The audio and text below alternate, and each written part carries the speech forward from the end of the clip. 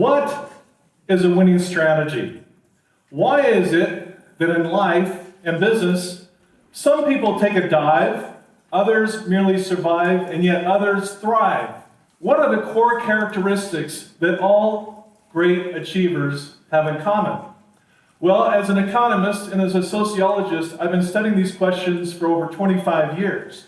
And I've had an interesting vantage point as I've consulted on hundreds of disasters. Cases like the World Trade Center, Hurricane Katrina, the BP oil spill, and tragedies like O.J. Simpson and JonBenét Ramsey. Now, the media has given me some great nicknames. The Wall Street Journal, I'm Dr. Disaster. A nice guy like me. The LA Times, I'm the master of disaster.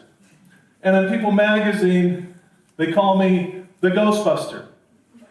Although I have never seen a ghost, and I don't want to see a ghost.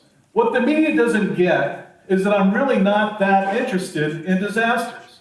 I'm interested in recovery. In fact, I'm fascinated by those concepts and principles that bring growth and authentic resilience. Now, the first thing you got to know about working on a crisis is that you cannot fix anything you don't understand. You can't do it.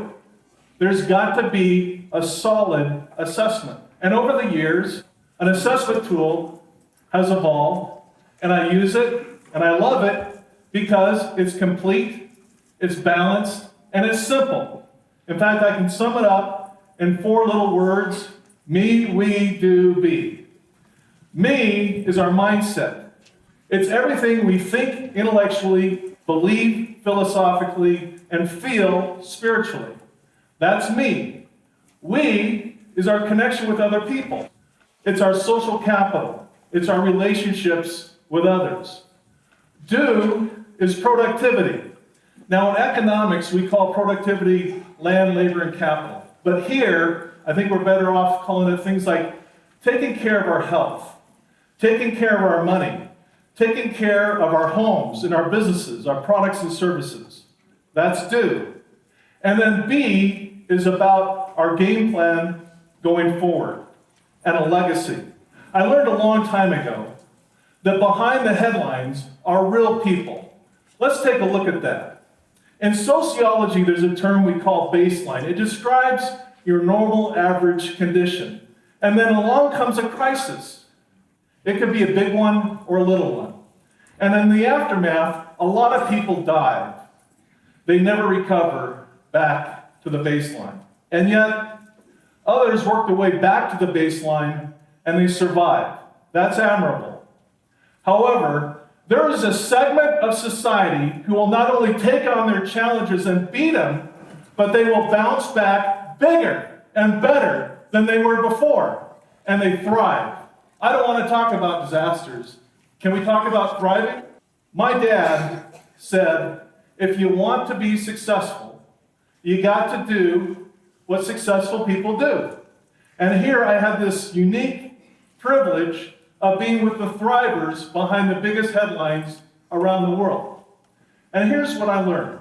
First of all, it starts with me, we, do, be. It starts with the me cornerstone and a particular way of thinking.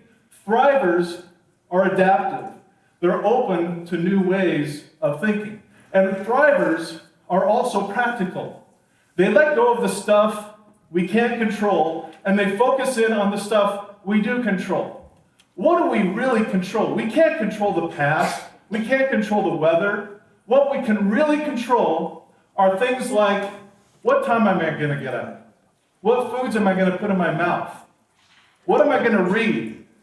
What am I going to say? In other words, thrivers have a paced day-to-day effort of little rituals and routines. And while they're tiny, they add up to something big.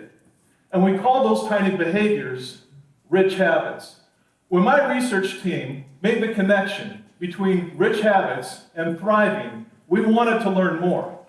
And we designed a sociological study where we surveyed over 5,000 people in the United States, Canada, the United Kingdom, and Australia.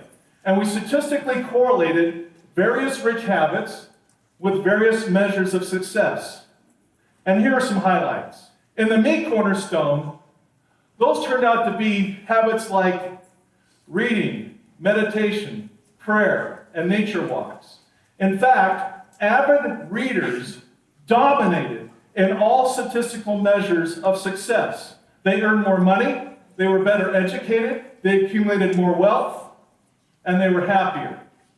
And those who turn off what I call the digital drugs and take quiet, reflective time on a daily basis are 92% more likely to earn an advanced college degree.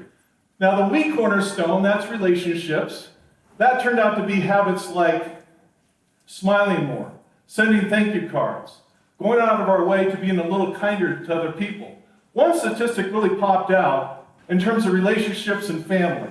Those who have regular dinner together as a family are 41% more likely to be happy and 43% more likely to earn over $100,000 a year. Now, the do cornerstones are things like taking care of our health and exercising, budgeting, saving. All of those popped up in our survey.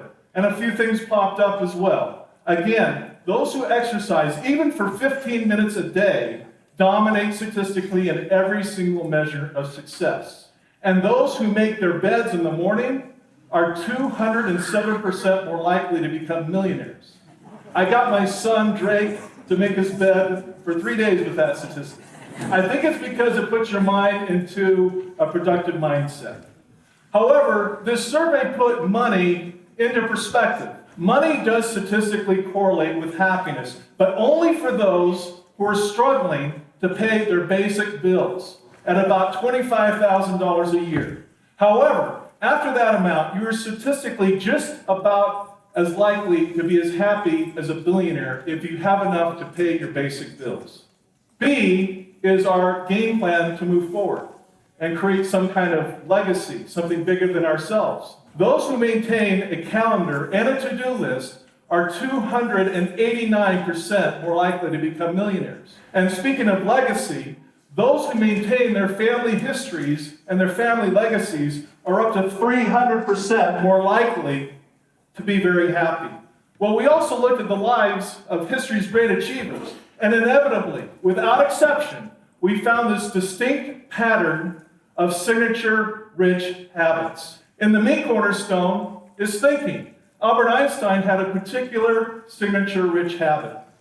He would not go into his room or his apartment to think for an hour or two or a day or two, but for a week or two at a time. John Wooden, the legendary basketball coach, his thing was the we cornerstone and relationships and playing as a team spirit. His rich habit was he would bench the star player if they were putting their personal glory ahead of the good of the team. Mother Teresa personified the do cornerstone. She had her faith, but she put it into action. Walt Disney had a vision. I had the privilege of once going into his office, but it was his office before he made it big. And he had literally painted his vision on the office wall. And his rich habit was to share his vision with everyone he met. Walt Disney was not rejected by one or two investors. He's rejected by hundreds of investors. But he persisted with that rich habit. He shared his vision with everyone until it became a reality. And I cannot help but mention Dr. Stephen R. Covey, for which this beautiful building is dedicated. Dr. Covey was a mentor to me. He endorsed my first book. And his son Stephen told me that his rich habit was to get up early in the morning to exercise his mind, body, and soul. We do not choose our futures. We choose our habits, and those habits determine our future. Now, let me tell you about probably one of my biggest, most important cases, but you will never read about this one in People magazine. On the weekends, I volunteer at a homeless shelter near where I live in Laguna Beach, California. Danny was in my class. Danny had a good life, but he let in one poor habit, and it rippled out and it wrecked his life. Well, when I first met Danny, I gave him a coin like this. On there are 4 words, and you know what they are. Me, we, do, be.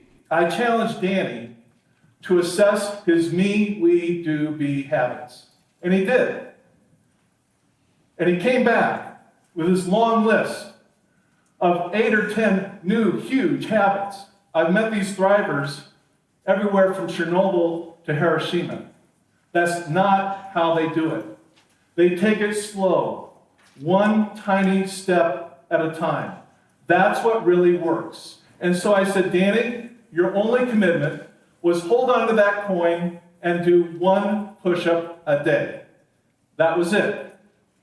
Well, Danny kept his commitment. Every time I saw him, he had his coin.